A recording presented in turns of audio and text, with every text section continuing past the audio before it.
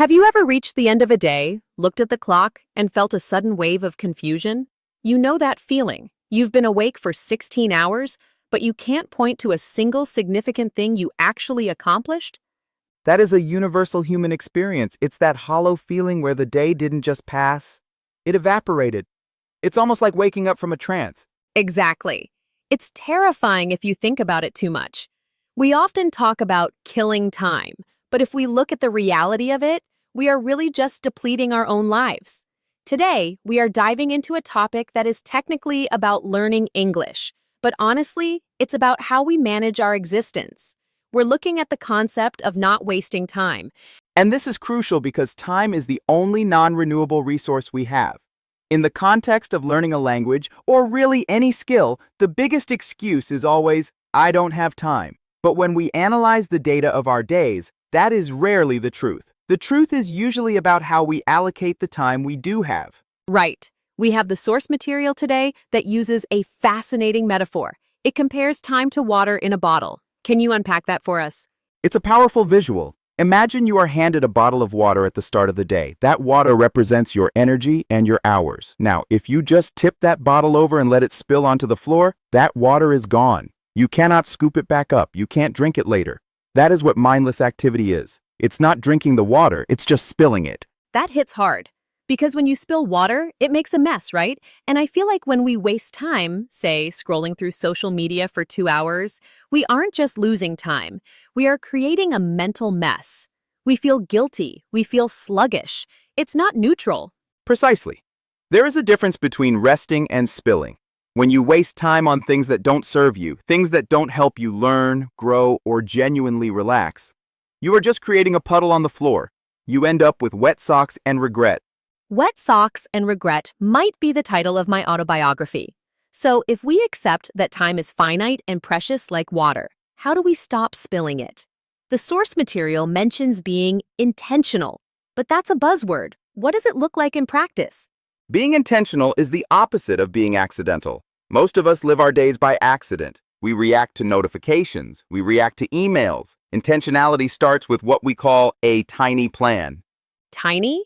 Because usually, when people want to change their lives, they make massive plans. I will study English for 2 hours every day starting tomorrow. And that is exactly why they fail. A massive plan is heavy. It requires willpower that you might not have at 7 p.m. on a Tuesday. Think of a tiny plan like a GPS system. If you get in your car and just drive without a destination, you waste gas, you waste time, and you end up nowhere. But if you punch in a specific address, the GPS says, turn left here. You don't have to think, you just execute. So instead of saying, I'm going to master English, which is a vague, terrifying mountain of a goal, you say, what? You say, today I will listen to 10 minutes of a podcast. Or, today I will learn 3 new words. That is a specific address in your GPS. It removes the friction of starting. It reminds me of that psychological trick where the hardest part of going to the gym is just putting on your shoes. Once the shoes are on, you're going. So, the tiny plan is just putting on your mental shoes. Exactly. And this leads us to the second major concept, which I think is the most practical takeaway for our listeners, the idea of pocket time. I love this phrase. It sounds like finding money in your jeans that you forgot about. That is essentially what it is, but with minutes instead of currency. Think of your day. You have big blocks of time, like your work shift or your sleep. Those are large bills. But you also have pockets full of loose change. 5 minutes waiting for the bus, 7 minutes waiting for your coffee to brew, 10 minutes sitting in a taxi. And usually, we treat that loose change like trash. We just throw it away. We pull out our phones and scroll mindlessly because it's only 5 minutes. Correct. But if you saved every coin you found on the street, eventually you'd have a significant amount of money. If you utilize that pocket time for learning, reviewing those 3 words, listening to a short audio clip, you are accumulating wealth. It's interesting because I have a friend who learned an entire language just during her commute. She never sat down at a desk. She just used the 40 minutes on the train every day. She essentially bought a new skill with her loose change. That is the power of compounding. It's not about finding a magical 25th hour in the day. It's about reclaiming the minutes that are slipping through your fingers like sand. Let's pivot a bit. We're talking about efficiency, which sounds like work, but the material also emphasizes fun. Is fun actually a productivity strategy, or is it just a way to slack off? Fun is absolutely a productivity strategy, especially for the brain. The brain is wired to avoid pain. If learning English or any task feels like a punishment, your brain will fight you. It will look for distractions. It will crave that dopamine hit from social media because the learning process feels like a threat. So, if you make the process enjoyable, you bypass that resistance? Yes, you have to trick your brain into thinking it's playing. If you love music, learn through lyrics. If you love stories, watch a series. When you are engaged emotionally, you are not watching the clock. You aren't thinking, when is this over? You are thinking, I want to know what happens next. That's the state of flow. And that's the opposite of wasting time. Even if you are spending hours doing it, if you are engaged and learning, it's an investment. But speaking of things that break that flow, we need to talk about the villains of this story, the time thieves. The time thieves. These are the silent robbers of our potential. In the modern world, the biggest thief is the glowing rectangle in our pockets. It's insidious, isn't it? You unlock your phone to check the weather, and suddenly it's 40 minutes later. You're watching videos of cats arguing with dogs, and you've forgotten what the weather is. That is a classic theft. The device is designed to steal your attention. It is an economy of attention. If you are not protecting your time, someone else is monetizing it. That is a chilling thought. If you are not protecting your time, someone else is monetizing it. So, how do we build a security system against these thieves? We have to set boundaries. It's like locking your front door. You don't hate the people outside, but you want to decide who comes in. Simple rules work best. For instance, no social media until I've finished my 10 minutes of English. Or, the phone stays in the other room while I read. You're creating friction. You're making it harder for the thief to get in. Exactly.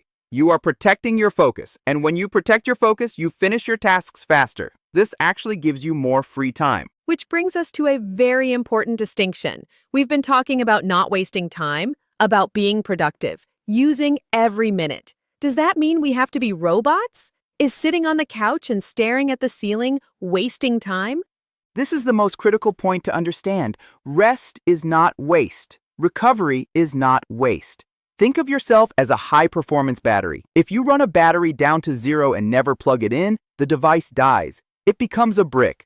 So, the hustle culture idea that you must be working 24/7 is actually inefficient? It is counterproductive. When you are exhausted, your brain doesn't retain information. You read the same sentence 3 times and don't understand it. That is wasting time. Taking a nap, going for a walk, or just sitting quietly to recharge, that is maintenance. That is preparing your machine to work better. I had an experience recently where I was trying to write a script late at night. I pushed for 2 hours and wrote garbage. I went to sleep, woke up, and wrote the whole thing in 30 minutes. Perfect example.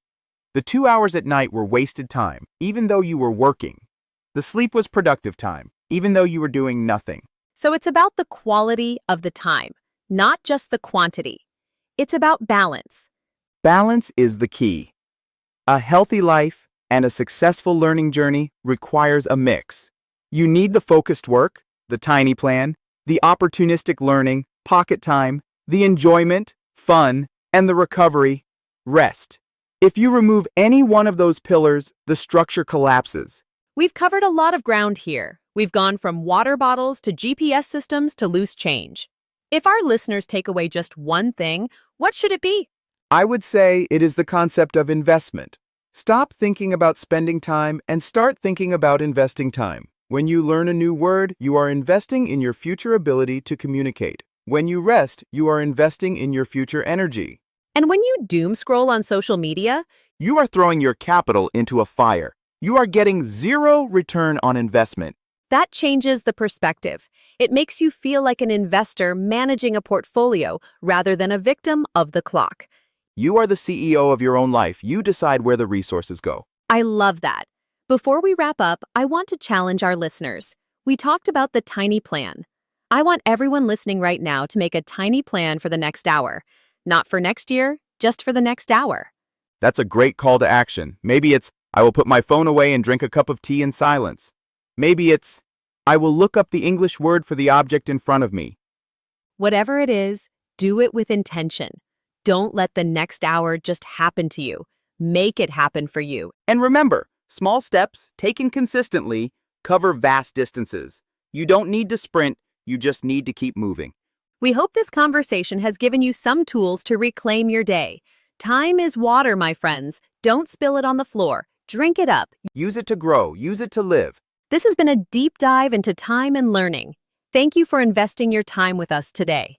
Until next time, keep learning and take care of your minutes. Goodbye, everyone.